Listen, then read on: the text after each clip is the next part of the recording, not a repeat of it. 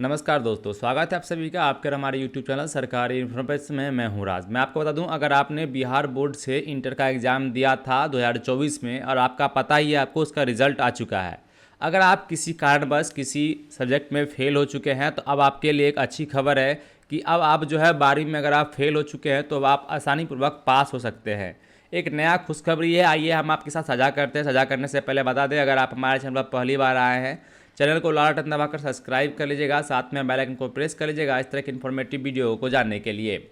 याद रहे, अगर आप 12वीं में यानी चाहे वो इंटर से हो, चाहे इंटर में आप चाहे आर्ट्स हो, साइंस हो, कॉमर्स हो, तीनों सब्जेक्ट से अगर आप किसी में भी फेल कर चुके हैं किसी सब्जेक्ट में, तो आइए हम बताते हैं आप किस तरह से पास हो पाएंगे। एक अच्छी खबर है, अच्छी अपडेट है।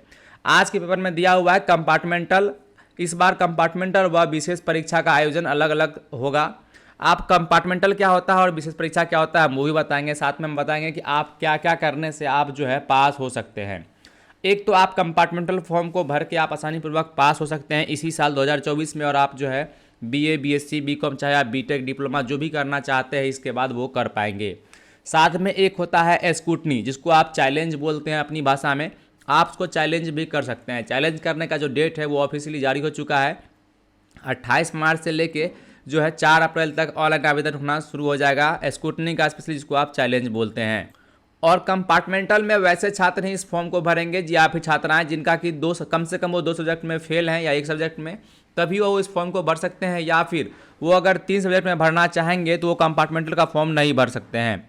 अगर वो कम से कम, अगर आप यानी कि अधिकतम आप 2 सब्जेक्ट में फेल हैं तो आप इस फॉर्म को भरेंगे कंपार्टमेंटल का। अगर आप 3 सब्जेक्ट में फेल हैं तो आप नहीं भर पाएंगे। रही बात स्क्रूटनी का, तो स्क्रूटनी जो है आप जितने भी सब्जेक्ट हैं आपका, आप सब में चैलेंज कर सकते हैं।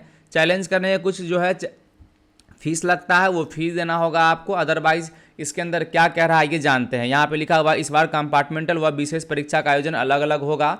यहाँ पता चला बिहार विद्यालय परीक्षा समिति ने आगामी परीक्षाओं के लिए एक बड़ा बदलाव किया है। इस बार कंपार्टमेंटल और विशेष परीक्षा अलग अलग आयोजित की जाएगी। कंपार्टमेंटल और विशेष परीक्षा दोनों के लिए एक साथ 28 मार्च से आवेदन शुरू हो जाएगा।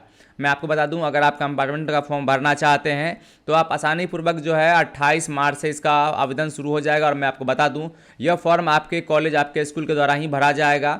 हाँ, एक चीज़ और क्लियर कर दें आपको, आप कंपार्टमेंटल और स्क्रूटनी आप दोनों के लिए आवेदन कर सकते हैं। कंपार्टमेंटल अलग है और स्क्रूटनी जो जिसको आप चैलेंज बोलते हैं वो अलग है। आप दोनों को एक साथ आसानीपूर्वक कर सकते हैं।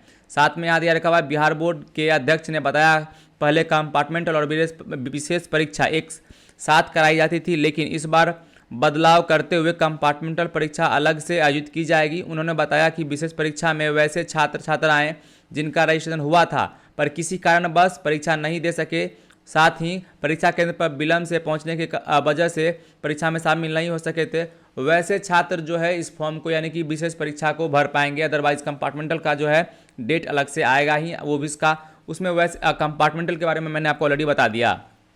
एक चीज़ और यहाँ पे क्लियरली 28 से स्क्रूटनी का आवेदन।